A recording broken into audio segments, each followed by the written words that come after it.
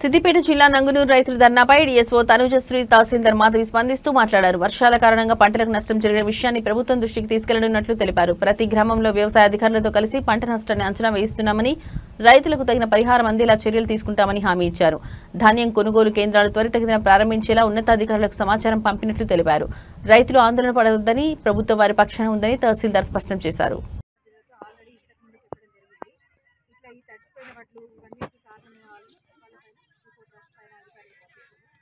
Main fact centre కాబట్టి DCO గారికి కూడా మాట్లాడాలి, ఆర్టీఓ సార్ కలెక్టర్ గారికి కూడా మాట్లాడాలి. మీ సమస్యలన్నీ పైన అధికారుల దృష్టికి తీసుకెళ్ళాను.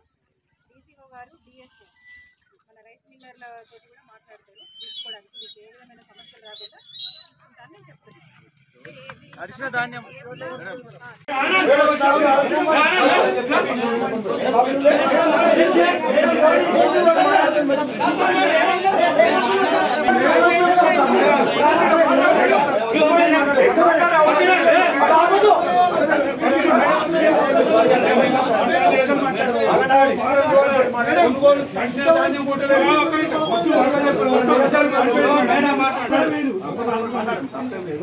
మీరు కనీసం దీన్నే ఉన్నది బండలకి వచ్చి 20 మొలకలు వచ్చినాయి.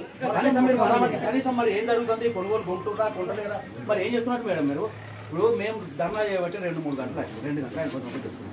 మీరు స్థానికంగా ఏడుంటారు మేడం? కనీసం మాకు ఒక్కరోజు కూడా మేము